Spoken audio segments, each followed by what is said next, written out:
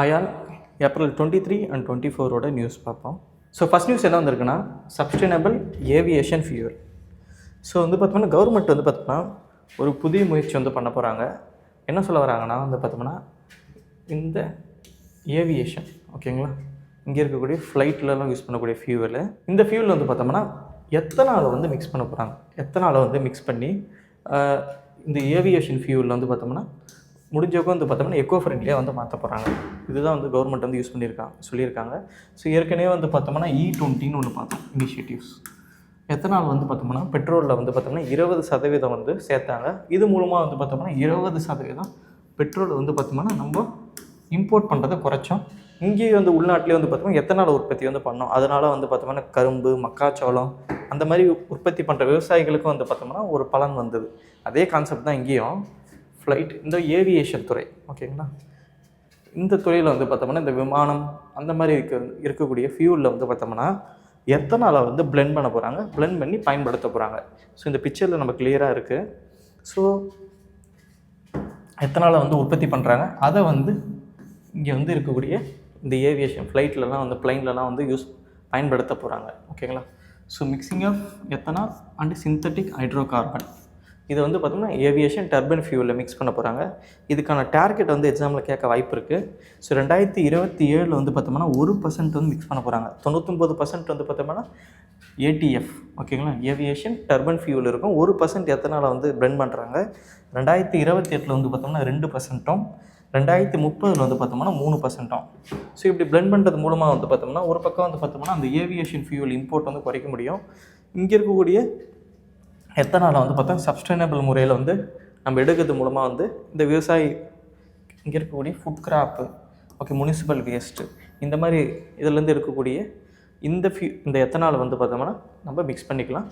இதனால் வந்து பார்த்தோம்னா முடிஞ்சவங்க வந்து பார்த்தோம்னா எக்கோ ஃப்ரெண்ட்லியான ஒரு முறையை வந்து நம்ம பயன்படுத்த முடியும். ஸோ இதுதான் நியூஸ் வந்திருக்கு. இது கவர்மெண்ட் வந்து அப்ரூவ் பண்ணியிருக்கு. இதில் முக்கியமாக நீங்கள் தெரிஞ்சுக்க வேண்டியது இந்த டார்கெட் தான் கேட்பாங்க. எக்ஸாம் பாயிண்ட் ஆஃப் வியூவில் நீங்கள் டார்கெட் இதை வந்து நீங்கள் மெயின்ஸ்லேயும் வந்து பயன்படுத்திக்கலாம். ஸோ வந்து பார்த்தோம்னா எத்தனால் வந்து ஏவியேஷன் டர்பைன் ஃபியூலில் வந்து பயன்படுத்துகிறாங்க ஓகேங்களா. இது வந்து 1%, 2%, 5% எப்போன்றது தெரிஞ்சு வச்சுங்க. இதுக்கான அப்ரூவ் வந்து கொடுத்துருக்காங்க ஓகே. ஸோ இதுதான் நியூஸு. அடுத்து நம்ம போகலாம். அடுத்து வந்து பார்த்தோம்னா disable friendly prison in India. இப்போ வந்து பார்த்தோம்னா சுப்ரீம் கோர்ட் வந்து ஒரு ஆர்டர் வந்து இஷ்யூ பண்ணியிருக்காங்க, ஒரு இன்ஸ்ட்ரக்ஷன் வந்து பண்ணியிருக்காங்க. இங்கே இருக்கக்கூடிய இந்திய சிறைச்சாலை இந்த ப்ரிசன் ஓகேங்களா, இந்த ப்ரிசன்லலாம் வந்து பார்த்தோம்னா டிசேபிள் ஓகேங்களா, டிஃப்ரெண்ட்லி ஏபிள்டு பர்சனுக்கு வந்து ஈஸியாக இருக்கிற மாதிரி அந்த ஃபெசிலிட்டிஸ்லாம் இருக்கா அப்படின்னு ஒரு கமிட்டியை வந்து அப்பாயிண்ட் பண்ணியிருக்காங்க ஓகேங்களா. நம்ம எக்ஸாம் பாயிண்ட்டை பொறுத்த வரைக்கும் கமிட்டி அது எதுக்காக வந்து உருவாக்குனாங்கன்னு தெரிஞ்சுக்கினா போதும். ஸோ ஜஸ்டிஸ் ரவீந்திர பட் ஓகேங்களா, ரவீந்திர பட் அவர் என்ன பண்ண போகிறாருன்னா இங்கே இருக்கக்கூடிய ப்ரிசன்ஸ் ஒவ்வொரு சிறையில் வந்து பார்த்தோம்னா இங்கே இருக்கக்கூடிய டிஃப்ரெண்ட்லி ஏபிள்டு பர்சனால் வந்து ஈஸியாக போக முடியுதா, அவங்களால வந்து எல்லா சலுகைகளையும் வந்து பார்த்தோம்னா அங்கே இருக்கக்கூடிய அந்த ஃபெசிலிட்டிஸ்லாம் வந்து பயன்படுத்த முடியுதான்றதை பார்க்க போகிறாங்க. ஸோ இது வந்து பார்த்தோம்னா அடுத்த ஒரு முக்கியமான ஒரு ஸ்டெப்ஸ். இந்த மாற்றுத்திறனாளிகள் வந்து பார்த்தா சிறையில் வந்து பார்த்தோம்னா கொஞ்சம் கஷ்டப்படுறாங்க. ஸோ அதுக்காக வந்து பார்த்தோம்னா இந்த கமிட்டி வந்து பார்த்தோம்னா இப்போ சுப்ரீம் கோர்ட் அப்பாயிண்ட் பண்ணியிருக்காங்க. ஸோ எக்ஸாம் பாயிண்ட் ஆஃப் வியூவில் கமிட்டி எதுக்குன்னு மட்டும் தெரிஞ்சு வச்சுங்க, அதே போதுமானது. ஸோ அடுத்த நியூஸ் பார்ப்போம். ஒரு சென்ட்ரல் கவர்மெண்ட் ஸ்கீம் வந்திருக்கு நியூஸில். என்னென்னு பார்த்தோம்னா அடல் பென்ஷன் யோஜனா ஓகே, ஏபிஒன்னு சொல்லுவாங்க. ஸோ இது வந்து பார்த்தோம்னா 2 விதமாக நியூஸில் வந்திருக்கு. ஒன்று வந்து பார்த்தோம்னா அதோட ஒட்டுமொத்த என்ரோல்மெண்ட் எத்தனை பேர் சேர்ந்துருக்காங்க பார்க்கும்போது 9 கோடி பேர் வந்து சேர்ந்துருக்காங்க. ஸோ இது வந்து பார்த்தா 9 crores வந்து ஆகியிருக்கு. அது மட்டும் இல்லாமல் இந்த ஸ்கீம் வந்து பார்த்தோம்னா கேபினெட் வந்து 2030-31 வந்து அப்ரூவ் பண்ணியிருக்காங்க. கண்டினியூஸாக யூஸ் பண்ணுறதுக்கான அப்ரூவ் வந்து கொடுத்துருக்காங்க. 2030 இதை பயன்படுத்தலாம், 30-31 இந்த ஸ்கீம் வந்து இருக்குன்னு அப்ரூவ் பண்ணியிருக்காங்க. ஸோ இந்த 2 விஷயத்தினால இது வந்திருக்கு. நம்ம வந்து பார்ப்போம் இந்த ஸ்கீம்னா என்னென்னு. ஸோ அடல் பென்ஷன் யோஜனா இது வந்து பார்த்தோம்னா 2015 வந்து உருவாக்குறாங்க. யாருக்காக உருவாக்குறாங்கன்னா சோஷியல் செக்யூரிட்டி. இப்போ வந்து பார்த்தோம்னா 90% இந்தியன் ஒர்க்கர்ஸ் வந்து பார்த்தோம்னா சமூக பாதுகாப்பு வந்து இல்லாமல் இருக்காங்க. சோஷியல் செக்யூரிட்டி இல்லை, அவங்களுக்கு வந்து பார்த்தோம்னா சரியான வேலையில் வந்து பார்த்தோம்னா பென்ஷன் ஓகேங்களா அதெல்லாம் இல்லாமல் இருக்குது. ஸோ அதுக்காக தான் வந்து பார்த்தோம்னா அவங்களுக்கு மாதம் ஒரு பென்ஷன் தரணுன்றதுக்காக தான் வந்து பார்த்தோம்னா இந்த அட்டல் பென்ஷன் யோஜனா வந்து கொண்டு வந்தாங்க. யாருக்குன்னு பார்க்கும்போது அன்ஆர்கனைஸ் செக்டாரில் இருக்கக்கூடிய இன்ஃபார்மலாக ஒர்க் பண்ணக்கூடிய அவங்களுக்காக இதை உருவாக்குனாங்க. ஸோ இதில் வந்து பார்த்தோம்னா மாதம் வந்து பார்த்தோம்னா நம்ம ஒரு குறிப்பிட்ட கான்ட்ரிபியூஷன் வந்து போடலாம். ஓகேங்களா? மாதம் மாதம் நம்ம வந்து அமௌண்ட் வந்து இதில் கான்ட்ரிபியூஷன் பண்ணலாம். நமக்கு வந்து பார்த்தோம்னா ஒன்ஸ் 60 வயசு ஆனோடனே நமக்கு 1000 ரூபாயிலேருந்து 5000 ரூபாய் வரைக்கும் பார்த்தோம்னா பென்ஷன் வந்து கிடைக்கும் மாதம். ஸோ கவர்மெண்ட்டும் வந்து பார்த்தோம்னா நமக்கான கான்ட்ரிபியூஷன் போடுவாங்க. ஓகேங்களா?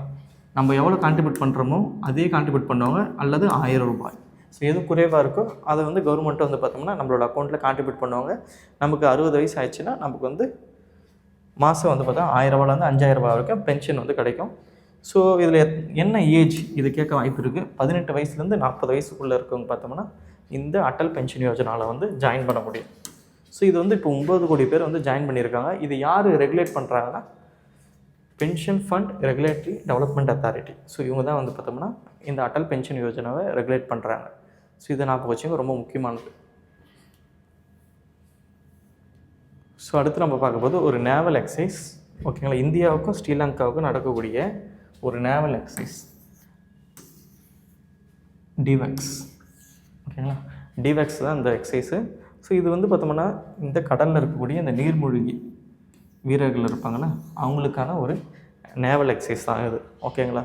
ஸோ இதில் வந்து பார்த்தோம்னா இந்த டைவ் பண்ணி கடலில் வந்து பார்த்தோம்னா 2 பேரும் சேர்ந்து கடல் ஆராய்ச்சி இந்த மாதிரி பண்ணக்கூடியது தான் வந்து பார்த்தா இந்த எக்ஸசைஸு. ஸோ டைவெக்ஸு இந்தியா ஸ்ரீலங்கா, இதை ஞாபகம் வச்சுங்க. எப்போவுமே மிலிட்ரி எக்ஸசைஸை பொறுத்த வரைக்கும் எந்த 2 நாட்டுக்கும் அதோட பேர் நம்ம வந்து நிறைய மிலிட்ரி எக்ஸசைஸ்லாம் பார்த்தோம். ஸோ அந்த மாதிரி பேர் அது மட்டும் தெரிஞ்சுக்கிட்டால் போதுமானது. இது வந்து ஸ்ரீலங்காவில் கொழும்பில் வந்து பார்த்தோம்னா நடந்தது இந்த டைவெக்ஸ். ஓகே. ஸோ அடுத்த நியூஸ் வந்து பார்த்தோம்னா அவார்ட்ஸ் வந்து ஆனர். ஸோ ஏதாச்சும் முக்கியமான அவார்ட்ஸ் கொடுத்தாங்கன்னா நம்ம வந்து படிப்போம். ஸோ இன்டர்நேஷ்னல் லெவலில் கொடுக்கக்கூடிய அவார்ட்ஸ் வந்து பார்த்தோம்னா டிஎன்பிசியில் நிறைய முக்கியத்துவம் இருக்கும். So Guntur municipal corporation, okay, Andhra பிரதேஷில் இருக்கக்கூடிய குண்டூர் முனிசிபல் கார்ப்பரேஷனுக்கு வந்து பார்த்தோம்னா ஜெம் அவார்டு கொடுத்துருக்காங்க. ஓகேங்களா? ஜெம் அவார்டு ரொம்ப முக்கியமான அவார்டு. இது யார் கொடுத்துருக்காங்கன்னா United nation industrial development organisation. அவங்க வந்து பார்த்தோம்னா இந்த அவார்டு வந்து கொடுத்துருக்காங்க. எதுக்காக இந்த அவார்டு குண்டூர் முனிசிபல் கார்ப்பரேஷன் கொடுத்துருக்காங்க அப்படி பார்க்கும்போது அங்கே இருக்கக்கூடிய இந்த குண்டூரில் இருக்கக்கூடிய வேஸ்ட், இப்போ அங்கே இருக்கக்கூடிய இந்த வேஸ்ட் மேனேஜ்மெண்ட், ஓகேங்களா, அந்த வீட்டிலேருந்து வரக்கூடிய அந்த வேஸ்ட்டெல்லாம் வந்து பார்த்தோம்னா விமன் லெட் ஒரு 200 பெண்கள் வந்து பார்த்தோம்னா ஆட்டோ எலக்ட்ரிக்கலாக ஓடக்கூடிய அந்த ஆட்டோஸ் வந்து கொடுத்து அவங்க வந்து அந்த கலெக்ட் பண்ண ஆரம்பித்தாங்க. கலெக்ட் பண்ணி அதை வந்து சரியான முறையில் வந்து ரீசைக்கிள் வந்து பண்ணாங்க. ஸோ இந்த முயற்சிக்காக வந்து பார்த்தோம்னா இவங்களுக்கு வந்து பார்த்தோம்னா வியன்னாவில் வந்து இந்த அவார்டு ஜெம் அவார்டு வந்து கொடுத்தாங்க. ஸோ இவங்க வந்து பார்த்தோம்னா இந்த திடக்கழிவு மேலாண்மை அந்த இது மூலமாகும் சாலிட் வேஸ்ட் மேனேஜ்மெண்ட் மூலமாக எக்கோ ஃப்ரெண்ட்லியாக முறையில் வந்து பார்த்தோம்னா எலக்ட்ரிக்கல் ஆட்டோவை பயன்படுத்தி 200 பெண்கள் முழுசாக பெண்களே வந்து பார்த்தோம்னா அந்த வேஸ்ட் கலெக்ட் பண்ணி அதை வந்து சரியான முறையில் டிஸ்போஸ் பண்ணாங்க. இந்த முயற்சிக்காக வந்தால் பார்த்தோம்னா இந்த ஜெம் அவார்டை வந்து யூஎன்னோட ஆர்கனைசேஷன் வந்து கொடுத்துருக்காங்க. ஓகே, ஞாபகம் வச்சுப்போம்.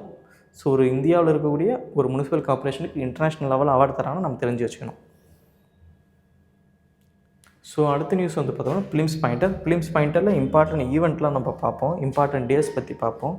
ஸோ என்ன முக்கியமான நியூஸ் வந்து பார்த்தோம்னா ப்ராஜெக்ட் டன்டக். ஓகே, அப்படின்னா என்ன? ஸோ டன்டக்னா என்ன? இப்போது பார்டர் ரோடு ஆர்கனைசேஷன் அப்படின்னு ஒரு ஆர்கனைசேஷன் இந்தியாவில் இருக்குது. இதுங்க தான் வந்து பார்த்தோம்னா இங்கே இருக்கக்கூடிய border roads India Bhutan, India Bangladesh அந்த மாதிரி இருக்கக்கூடிய பார்டரில் வந்து பார்த்தா ரோடு போடுவாங்க. ஸோ இவங்க எப்போ ஆரம்பித்தாங்கன்னா 1960s வந்து ஆரம்பிச்சிருப்பாங்க இந்த நிறுவனம்.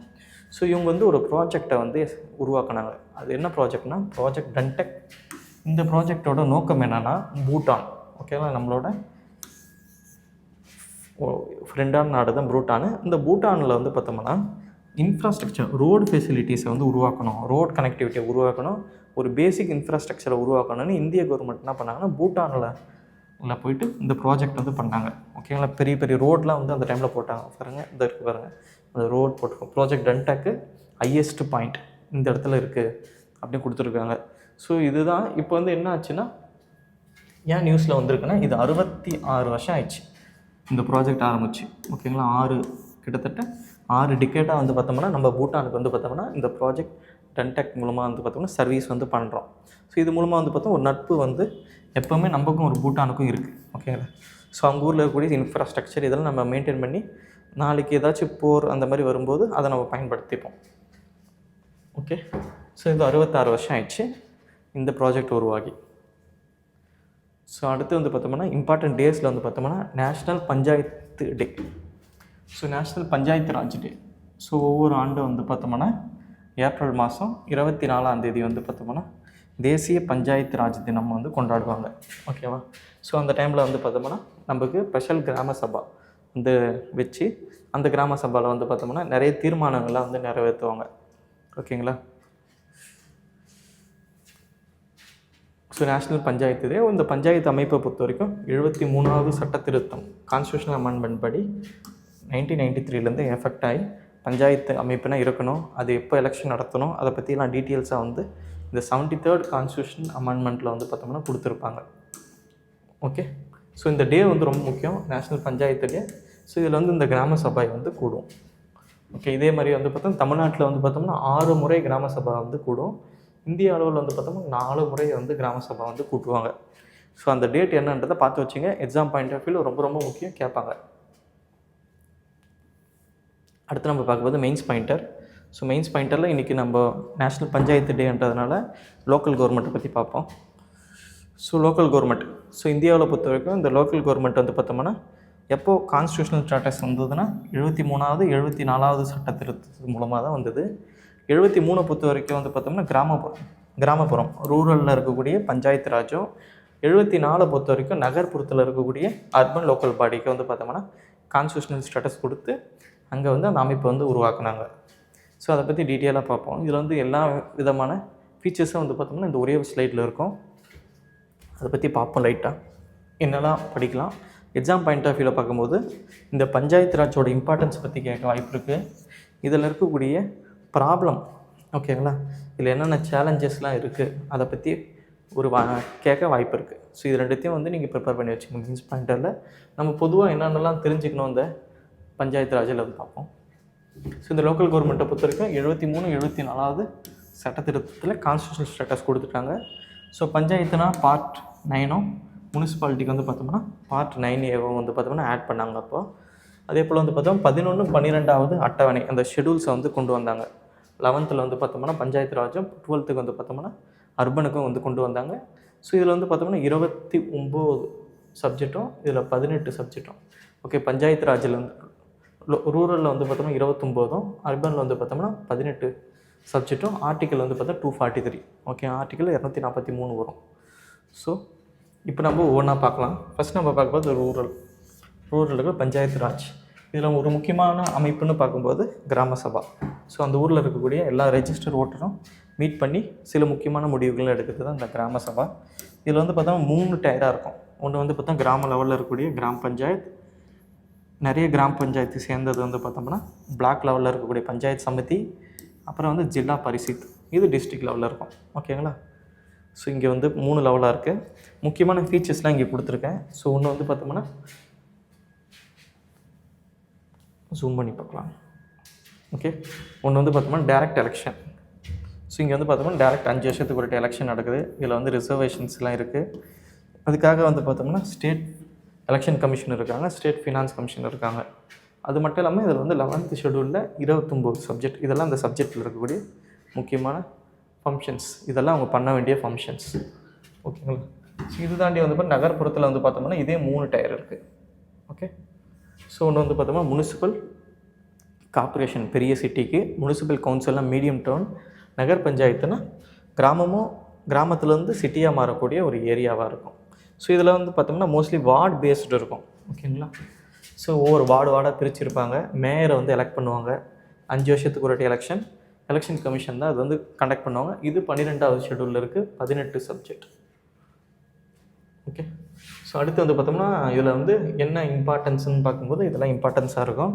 ப்ராப்ளம் பொறுத்த வரைக்கும் financial problem, administrative problem, political problem, structural problem கொடுத்துருக்காங்க. ரீசெண்டாக வந்து பார்த்தோம்னா நிறைய நிறைய இனிஷியேட்டிவ்ஸ் வந்து சென்ட்ரல் கவர்மெண்ட் வந்து எடுத்துன்னு இருக்காங்க. இந்த பஞ்சாயத்து அமைச்சகமும் சேர்ந்து ஒன்று வந்து பஞ்சாயத்து மோட், ஓகேங்களா. பஞ்சாயத்து எல்லா பஞ்சாயத்தையும் வந்து பார்த்தோம்னா டிஜிட்டலாக கனெக்ட் பண்ணுறது. இந்த சம்வீதா ஸ்கீம் ரொம்ப முக்கியமான ஸ்கீம். இங்கே இருக்கக்கூடிய கிராமப்புறத்தில் இருக்கக்கூடிய நிலங்கள்லாம் வந்து பார்த்தோம்னா ட்ரோன் வச்சு அதை வந்து பிரித்து அவங்கவுங்களுக்கான ப்ராப்பர்ட்டி வந்து பார்த்தோம்னா ப்ராப்பர்ட்டி கார்டு வந்து கொடுக்குறாங்க. அதுக்கடுத்து நிறைய ஸ்டேட்டில் வந்து பார்த்தோம்னா பெண்களுக்கு 50% இதை ஒதுக்கீடு தராங்க. எல்லாமே டிஜிட்டலாகவும் மாற்றுறாங்க. ஸோ அடுத்து வந்து பார்த்தா வே ஃபார்வர்ட் ஒரு கன்க்ளூஷன் இருக்கும். ஒரு காம்பேக்டாக நம்ம என்னெல்லாம் படிக்கணுமோ, என்னெல்லாம் எக்ஸாம் பாயிண்ட் ஆஃப் வியூ ப்ரிலிமினரிலையும் மெயின்ஸ்லையும் தெரிஞ்சுக்கணும், அது எல்லாமே அதில் கொடுத்துருக்கேன். ஸோ இதை நீங்கள் பார்த்தா போதுமானது. ஸோ லாஸ்ட்டாக பார்க்க போது question of the day. So இன்றைக்கி பஞ்சாயத்து ராஜ் பார்த்தோன்னா அதை பேஸ் பண்ணி ஒரு கொஷின் பார்க்கலாம்.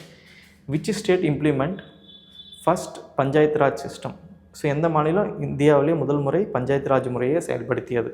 ஆப்ஷன் ஏ வந்து ராஜஸ்தான், ஆப்ஷன் பி வந்து மகாராஷ்டிரா, ஆப்ஷன் சி வந்து கேரளா, ஆப்ஷன் டி வந்து தமிழ்நாடு. ஸோ இந்த பிடிஎஃப் வந்து பார்த்தோம்னா வீக்லி கம்பைல் பண்ணி நம்மளோட வெற்றி ஐஎஸோட அஃபிஷியல் டெலகிராம் சேனலில் இருக்குது. அதுக்கான லிங்க் வந்து பார்த்தோம்னா இந்த வீடியோவில் இருக்குது, ஒரு டிஸ்கிரிப்ஷனில் இருக்குது. நீங்கள் ஜாயின் பண்ணி இந்த பிடிஎஃப் எடுத்துக்கலாம். தேங்க்யூ.